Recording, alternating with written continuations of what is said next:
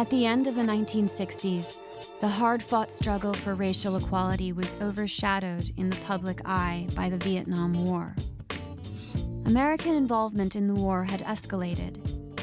Young African-American men served in combat in disproportionately high numbers compared to the rest of the population.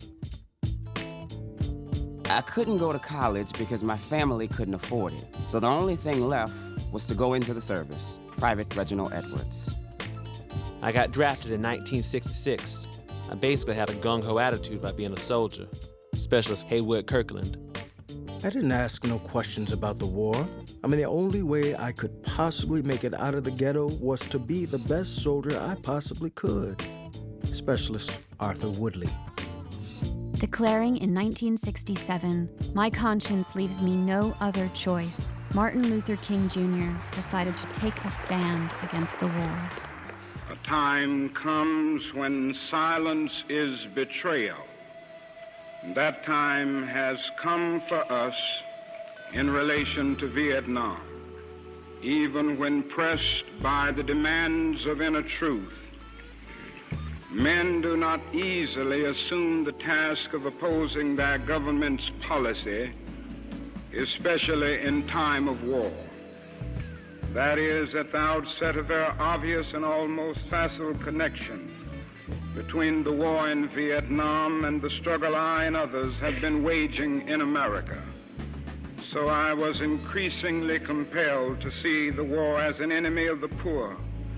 We were taking the black young men who had been crippled by our society and sending them 8,000 miles away to guarantee liberties in Southeast Asia, which they had not found in Southwest Georgia and East Harlem.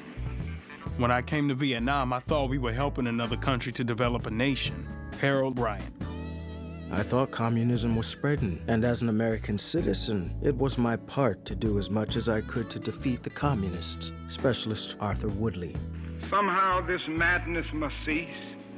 You feel like your life is threatened, so you open fire on anything and everything that moves. See, that's how we were trained. Specialist Arthur Woodley. I thought about all the people getting killed and maimed, and kept saying, why? Lieutenant Commander William Norman. A nation that continues year after year to spend more money on military defense than on programs of social uplift is approaching spiritual death. Every nation must now develop an overriding loyalty to mankind as a whole. If we will make the right choice, we will be able to transform the jangling discords of our world into a beautiful symphony of brotherhood. The response to the speech was immediate and largely negative, but King continued to attack the war on moral and economic grounds. Tragically, Dr. King was assassinated a year to the day after the speech. When the U.S. finally withdrew from Vietnam in April of 1975, there was widespread belief that the war had not been worth the cost.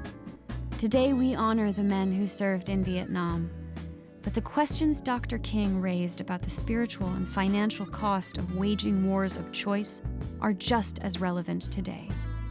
On August 28, 2011, the Martin Luther King Jr. Memorial was dedicated.